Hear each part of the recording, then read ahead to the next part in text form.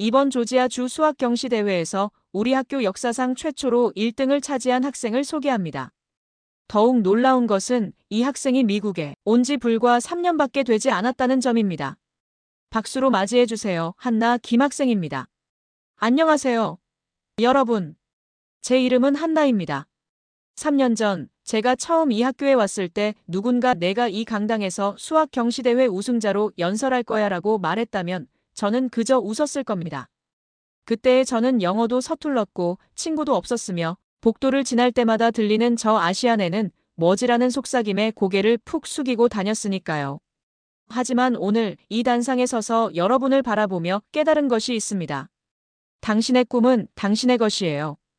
아무도 그걸 뺏을 수 없어요. 여기 한 한국인 학생이 어떻게 이 트로피를 받게 되었는지 그 사연을 지금 들려드리겠습니다. 안녕하세요. 저는 한국에서 온 김한나입니다. 16살이고 지금은 조지아 주 외곽의 작은 도시에 살고 있습니다. 제가 미국으로 이민 온 건 중학교 3학년 때였습니다. 우리 가족이 미국으로 온 이유는 아버지의 단순한 직장 이전이 아니었습니다. 아버지는 서울에서 중소기업을 운영하셨는데 금융위기 이후 회사가 어려워지기 시작했습니다. 많은 빚을 지게 되었고 그 무렵 어머니의 친척이 미국 조지아에서 작은 식료품점을 운영하고 계셨어요. 미국에서 새 출발을 하자 한나에게도 더 넓은 세상을 보여주고 싶어. 부모님은 저에게 이렇게 말씀하셨지만 당시 어린 제가 알지 못했던 진실은 한국에서의 경제적 어려움과 채무 문제를 피해 더 나은 미래를 찾아 떠나는 것이었습니다. 한국에서는 우리 집이 평범한 중산층이었지만 미국에서는 거의 바닥부터 시작해야 했습니다. 이 도시는 너무 조용했고 학교에 동양인은 몇 명 되지 않았습니다. 저희 가족을 포함해 한국인은 더욱 드물었죠. 아직도 첫 등교일이 생생합니다. 손에 땀이 배도록 쥐고 있던 학교 지도, 교실을 찾아 헤매던 그 순간부터 모든 시선이 저를 향했습니다. 학교에 들어가자마자 제게 쏟아진 시선은 따뜻하지 않았습니다. 복도 끝에서 쑥덕이는 소리들, 찡찡거리는 발음이라며 흉내내는 목소리들, 제 도시락에서 나는 김치 냄새를 두고 쉰내나는 쓰레기 같다고 말하던 아이들. 제가 복도를 지나가면 여학생들은 손가락으로 눈옆을 찢어지게 위로 올려 아시아인의 생김새를 놀렸죠. 모두 제게는 큰 상처였습니다. 왓츠더티, 데스랩, 노캡. 학생들이 대화할 때마다 들리는 말들은 제가 학원에서 배운 영어와는 달랐습니다. 처음에는 그들이 무슨 언어를 사용하는지 이해조차 할 수 없었습니다. 기본적인 의사소통은 가능했지만 그들의 은어와 속어로 가득 찬 대화는 다른 언어처럼 느껴졌습니다. 미국 학제에 따라 저는 고등학교 9학년으로 입학했습니다. 첫 해는 정말 어려웠습니다. 그 중에서도 제임스라는 학생은 특히 심했습니다. 그는 학교의 인기 선수였고 항상 미국 국기가 그려진 티셔츠를 입고 다녔죠. 야, 동양인. 영어 못하면 왜 여기 왔어? 너네 나라로 돌아가. 그는 종종 친구들 앞에서 저를 향해 이런 말을 던졌고 주변 아이들은 웃음을 참지 못했습니다. 처음에는 영어를 잘 몰라 무슨 말인지 정확히 이해하지 못했지만 그 눈빛과 웃음소리만으로도 충분히 아팠습니다. 그중 제일 힘들었던 건 선생님들의 무관심이었습니다. 제가 질문을 하면 선생님들은 듣고도 못 들은 척하거나 다른 학생의 질문에만 반응하셨습니다. 때로는 조금 더 명확하게 말해볼래라며 제 영어 발음을 간접적으로 지적하기도 했습니다. 한국에서는 선생님이 존경받는 직업 중 하나였기에 이런 대우가 더 충격적이었습니다. 하지만 저는 굳건했습니다. 한국에서 배운 끈기로 하루하루를 버텨나갔습니다. 수학 수업은 제게 가장 큰 시련의 장소였습니다. 피터슨 수학 선생님은 전형적인 텍사스 출신의 보수적인 분이셨습니다. 그는 저를 직접적으로 무시하진 않았지만 제가 손을 들면 마지막에 지명했고 제 답변에는 항상 짧게 그렇구나라고만 반응했습니다. 반면 다른 학생들에게는 훌륭해, 잘했어라며 격려를 아끼지 않았습니다. 수업 시간마다 제가 푸는 방식에 대해 좀 다르게 접근해 볼 수는 없을까라고 말하며 제 풀이법이 정답임에도 불구하고 미국식 방법을 강요했습니다. 그의 말은 표면적으로는 중립적이었지만 그 안에 담긴 뉘앙스는 분명했습니다. 여기는 미국이니까 미국식으로 해야 해. 저는 그날 이후로 두 가지 풀이법을 모두 준비했습니다. 하나는 학교에서 보여줄 미국식 풀이, 또 하나는 제가 실제로 이해하는 방식이었죠. 어느 날 그는 수업 시간에 갑자기 물었습니다. 미국은 월드컵에서 몇 번이나 8강에 올랐을까요? 학생들이 답하자 그는 흐뭇한 표정을 지었습니다. 그리고는 한나, 한국은 어때요? 알고 있나요? 라고 물었습니다.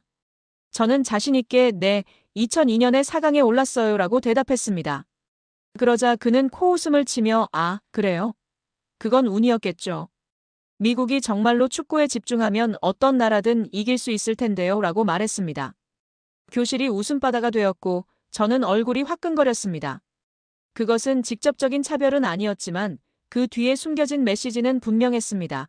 너희 나라는 우리보다 못해. 저는 부글부글 끓어오르는 마음은 있었지만 선생님께 대들지는 못했습니다. 어느 날 학교 카페테리아에서 점심을 먹고 있을 때였습니다. 제임스와 그의 친구들이 가까운 테이블에 앉아 수학 숙제를 하고 있었습니다. 이 계산기 고장났나? 이 문제 너무 어려워. 제임스가 불평했습니다. 호기심에 고개를 돌려보니 삼각함수와 로그가 복합적으로 들어간 문제였습니다. 순간 머릿속에서 자동으로 계산이 시작되었습니다. 한국에서는 암산이 기본이었으니까요.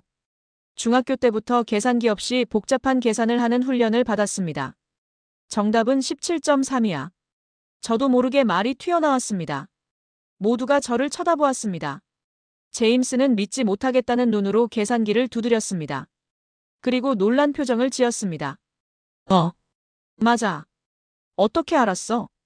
그냥 계산했어. 저는 소심하게 대답했습니다. 제임스의 친구 중 한 명이 와, 정말 수학 천재네라고 말했습니다. 그 순간만큼은 그들의 눈에 놀라움이 서려 있었습니다. 처음으로 제가 외국인이 아닌 능력 있는 사람으로 보이는 순간이었습니다. 그런 분위기 속에서 학교 게시판에 붙은 공지를 보았습니다. 조지아 주 수학 경시대회 학교 대표 선발 시험. 선생님, 저도 시험 보고 싶어요. 용기를 내어 신청서를 피터슨 선생님께 제출했습니다. 그의 표정이 묘하게 변했습니다. 한나, 정말 지원하고 싶은 거야? 이 대회는 매우 어려운데. 영어로 모든 문제를 이해할 수 있을지 걱정되는군. 할 수 있어요. 기회를 주세요. 피터슨 선생님은 한숨을 쉬며 말했습니다. 좋아. 그럼 내일 수업에서 예상 문제 하나를 풀어보게. 그 결과에 따라 지원 여부를 결정하자.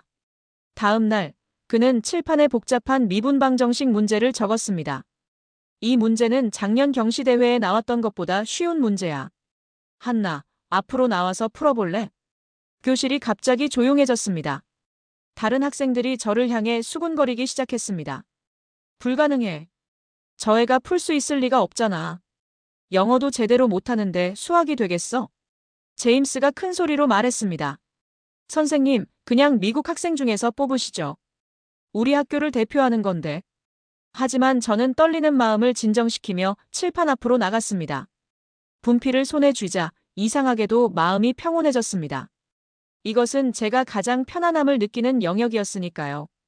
문제를 보니 한국 학원에서 이미 배웠던 유형이었습니다. 저는 차분하게 풀이를 시작했습니다.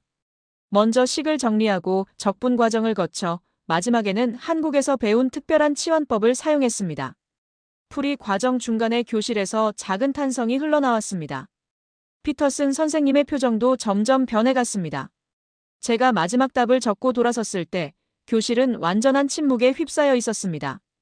피터슨 선생님이 제 풀이를 유심히 살펴보더니 놀란 눈으로 말했습니다. 이건 완벽한 풀이야. 심지어 내가 생각했던 방법보다 더 효율적이군. 그의 목소리에는 진심 어린 놀라움이 담겨 있었습니다. 제임스와 다른 학생들은 입을 다물지 못했습니다. 그냥 한국에서 배운 방법이에요. 저는 소심하게 대답했습니다. 피터슨 선생님은 잠시 침묵하더니 말했습니다. 한나, 너는 단지 선발 시험에 참가하는 것이 아니라 우리 학교 대표로 나가야 할 것 같구나. 이 문제는 작년 대회 최고 난이도 수준인데 이렇게 우아하게 풀다니. 교실에서 누군가 작게 박수를 치기 시작했습니다. 놀랍게도 그건 평소에 저를 무시하던 샬럿이었습니다. 그러자 다른 학생들도 하나둘씩 박수를 치기 시작했습니다. 제임스는 여전히 불편한 표정이었지만 이제 그 안에는 인정의 기색이 보였습니다. 도대체 어디서 그렇게 배운 거야? 그가 물었습니다. 서울에 있는 학원이야. 우리는 중학교 때부터 이런 문제를 풀어. 그날 이후 학교의 분위기가 조금씩 변하기 시작했습니다. 이제 제가 수학 시간에 손을 들면 피터슨 선생님은 바로 저를 지명했고 제 풀이법에 진심 어린 관심을 보였습니다. 선발 시험에 통과한 후에도 제 앞에는 큰 산이 있었습니다. 우리 가족은 조지아 외곽의 작은 한인 식료품점을 운영하고 있었고 학교가 끝나면 저는 바로 가게로 와서 일을 도와야 했습니다. 한나야, 오늘도 가게 일 좀 도와줄 수 있겠니? 아버지가 요통으로 쉬셔야 해서. 어머니가 걱정스런 표정으로 물으셨습니다. 네, 엄마. 저는 미소로 대답했지만 마음은 무거웠습니다. 경시대회는 한 달 앞으로 다가오는데 공부할 시간은 어디서 찾아야 할까요? 학교에서는 제가 경시대회 대표로 선발되었다는 소식이 퍼지자 반응이 갈렸습니다. 제임스와 그의 친구들은 운이 좋았던 거야라며 여전히 저를 무시했고 피터슨 선생님조차 대회 문제는 훨씬 더 어려울 텐데 잘 준비해야 할 거야라고 말하며 은근히 의구심을 드러냈습니다. 어느 날 제임스가 복도에서 저를 향해 소리쳤습니다. 야, 너 대회 준비는 잘 돼가? 우리 학교 망신시키지 말고 포기할래? 그의 말은 상처였지만 더 큰 문제는 시간이었습니다. 가게 일과 학교 공부를 병행하며 대회 준비는 언제 해야 할까? 결국 저는 새벽 4시에 일어나 공부하기로 결심했습니다. 가게 마감 후 밤 11시에 집에 돌아와 잠깐 눈을 붙이고 새벽에 일어나 3시간 공부한 후 학교에 가는 일정이었습니다. 어느 날 새벽 졸음과 싸우며 도서관에서 공부하고 있을 때 블레어 선생님이 저를 발견했습니다. 한나, 이렇게 일찍 무슨 일이야? 저는 솔직하게 상황을 설명했습니다. 부모님의 가게 일을 돕느라 다른 시간에는 공부할 수 없다고요. 블레어 선생님의 표정이 심각해졌습니다. 그런 상황이었구나. 내가 얼마나 열심히 노력하는지 이제 알겠어. 그날부터 블레어 선생님은 제게 특별한 관심을 보였습니다. 가끔 가게에 들러 김치와 라면을 사가면서 수학 문제를 가르쳐 주셨고 때로는 가게 일까지 도와주셨습니다. 한 주 전 피터슨 선생님이 저를 불러 말했습니다. 한나, 솔직히 말하면 처음에는 내가 우리 학교를 대표하는 것에 의구심이 있었어. 하지만 블레어 선생님이 내 상황과 노력에 대해 이야기해 주셨어. 정말 대단하구나. 그는 특별히 준비한 문제집을 건네며 말했습니다. 이건 내가 예전에 코치했던 학생들에게 주던 자료야. 도움이 되길 바라. 피터슨 선생님의 태도 변화는 저에게 큰 힘이 되었습니다. 하지만 학교에서는 여전히 제가 대회에서 좋은 성적을 낼 거라 믿는 사람이 거의 없었습니다. 한국인이라 수학은 잘하겠지만 문제 이해도 못할 거야. 우리 학교 망신시키면 어쩌지? 이런 말들이 복도에서 들려올 때마다 저는 더욱 강하게 다짐했습니다. 보여주겠어. 내가 무엇을 할 수 있는지. 드디어 주 수학 경시대회 날이 왔습니다. 행운을 빌어 한나. 피터슨 선생님이 말했습니다. 그냥 최선을 다하면 돼. 우리는 내가 자랑스러워. 그의 말이 위로가 되었지만 학교 버스에 오르자 긴장감이 밀려왔습니다. 제임스와 다른 몇몇 학생들이 저를 향해 속삭였습니다. 야, 부담 갖지 마. 어차피 아무도 너한테 기대 안 해. 그냥 참가상이라도 받아오면 다행이야. 그들의 비웃음 속에서 저는 침착하게 대답했습니다. 고마워. 하지만 내가 무엇을 할 수 있는지 보여줄게. 대회장에 들어서니 수백 명의 학생들이 있었습니다. 대부분 백인과 아시아계 학생들이었는데 한국인은 저 혼자였습니다. 경쟁자들을 보니 마음이 더 무거워졌습니다. 모두 명문 사립학교나 과학고 학생들로 보였고 자신감 넘치는 표정이었습니다. 시험지를 받아든 순간 첫 문제를 보고 깜짝 놀랐습니다. 너무 어려웠기 때문이 아니라 너무 익숙했기 때문입니다. 서울의 학원에서 풀었던 것과 유사한 문제였습니다. 모든 불안과 긴장이 사라졌습니다. 이것은 제가 가장 잘하는 일이었습니다. 문제를 하나씩 풀어나가는 동안 주위를 둘러보니 많은 학생들이 고민하는 표정이었습니다. 하지만 저는 이미 각 문제의 접근법을 알고 있었습니다. 한국에서의 수학 교육이 이토록 가치 있게 느껴진 적은 없었습니다. 마지막 문제는 특히 까다로웠습니다. 미적분과 확률이 복합적으로 얽힌 문제였는데 다른 학생들이 고민하는 동안 저는 한국에서 배운 특별한 접근법을 떠올렸습니다. 학원 선생님이 한나, 이런 문제는 이렇게 접근하면 돼라고 말씀하셨던 그 순간이 생생했습니다. 마지막 답을 적을 때 제 손은 더 이상 떨리지 않았습니다. 자신감이 가득했습니다. 일주일 후 결과가 발표되었습니다. 긴장된 마음으로 결과를 확인하자 믿을 수 없는 광경이 펼쳐졌습니다. 조지아 주 역사상 경시대회에서 만점을 받은 학생은 5명뿐이었고 이민 1세대 학생으로서는 저가 최초였습니다. 심지어 100개 문제 중 99개를 맞춘 2등과는 큰 점수 차이가 있었습니다. 학교로 돌아오자 분위기가 완전히 달라졌습니다. 교장 선생님이 직접 방송을 통해 제 우승을 알리셨습니다. 특별한 소식을 전합니다.